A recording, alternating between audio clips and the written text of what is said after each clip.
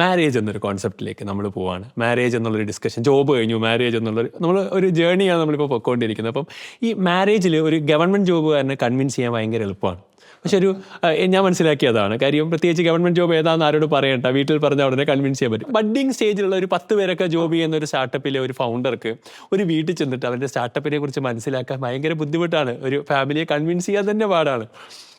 ഇപ്പം ഡെയിലി ഇന്ത്യയിൽ 21,000 ജോബ് വേണ്ട ഒരു സമയമാണ് ഇപ്പം നടന്നുകൊണ്ടിരിക്കുന്നത്. അപ്പം അത്രയും ജോബ് ക്രിയേറ്റ് ചെയ്യപ്പെടുന്ന ഈ പറയുന്ന ഓൺട്രപ്രനേഴ്സിനെയും കൂടെ പ്രൊമോട്ട് ചെയ്യേണ്ട ഒരു സിറ്റുവേഷൻ അല്ലേ. അതിന് ഞാൻ എന്തുകൊണ്ടാണെന്ന് വെച്ചാൽ റെലവൻ്റ് ആയിട്ടുള്ളൊരു കാര്യം പറയാം.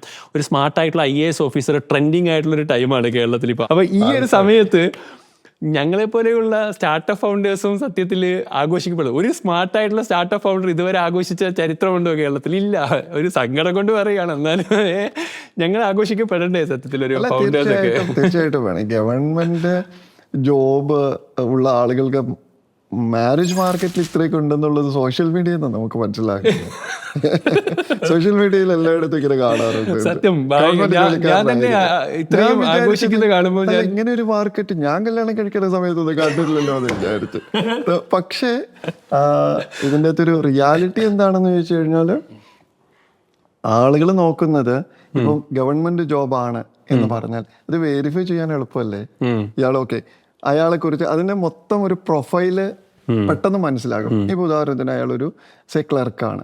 ക്ലർക്ക് എന്ന് പറഞ്ഞാൽ അയാളുടെ സാലറി സ്കെയിൽ എന്താണ്, അയാളുടെ ഗ്രോത്ത് പ്രോസ്പെക്ട്സ് എത്താണ്, എവിടം വരെ അയാൾ പ്രൊമോട്ടഡ് ആകും, എത്ര വർഷം സർവീസ് ഉണ്ടാകും, മിനിമം എത്ര ശമ്പളം അല്ലെങ്കിൽ വരുമാനം ഇയാൾക്ക് ഒരു മാസം എൻഷുർ ചെയ്ത്, ഇങ്ങനെ കുറെ കാൽക്കുലേഷൻസ് ഇതിന്റെ ഓട്ടോമാറ്റിക് ആയിട്ട് മനുഷ്യർ നടത്തും.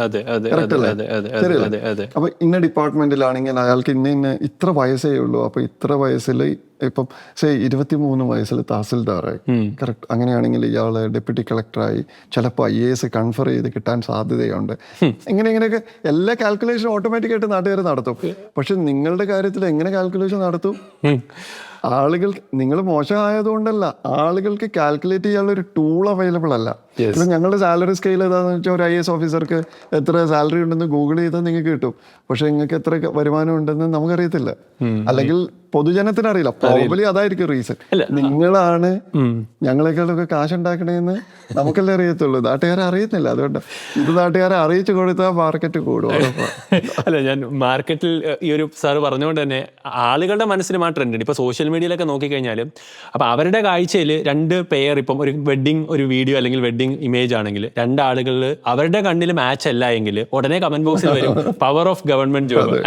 ഗവൺമെന്റ് ജോബ് ഉള്ളതുകൊണ്ടാണ് അയാൾക്ക് പറ്റിയ ആളെ കിട്ടിയെന്നുള്ള രീതിയിലാണ്. അവരുടെ സ്വഭാവം ഒന്നും അറിയാതെ, ചിലപ്പോൾ അയാൾക്ക് ഗവൺമെന്റ് ജോബ് പോലും ആയിരിക്കത്തില്ല, എങ്കിലും കമന്റ് ബോക്സിൽ ആളുകൾ ഇങ്ങനെ കമന്റ് ചെയ്യും പവർ ഓഫ് ഗവൺമെന്റ് ജോബ്. അപ്പൊ ആ ഒരു മൈൻഡ് സെറ്റ് എല്ലാവർക്കും ഉണ്ടെന്നുള്ള, അതായത് പെണ്ണിന്റെ അച്ഛന് മാത്രമല്ല സൊസൈറ്റിയിലും ആ ഒരു മൈൻഡ്. പെണ്ണിന്റെ അച്ഛൻ എന്ന് പറഞ്ഞാൽ സൊസൈറ്റിയുടെ ഒരു ഭാഗമാണ്. അതെ, യങ്സ്റ്റേഴ്സിന്റെ ഇടയിലും ഉണ്ട്. കാര്യം സത്യത്തിൽ മാറേണ്ടതല്ലേ ഒരു സ്റ്റാർട്ടപ്പ് ഫൗണ്ടേഴ്സിനെ ഒക്കെ ആഘോഷിക്കുന്ന.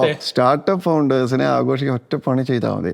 നിങ്ങളുടെ ഇൻകം എത്രത്തോളം സ്റ്റേബിൾ ആണെന്നും എത്രത്തോളം വലുതാണെന്നും ഇവർക്ക് ബോധ്യപ്പെടുന്ന ഒരു രീതിയിൽ കമ്മ്യൂണിക്കേറ്റ് ചെയ്യാൻ പറ്റുക.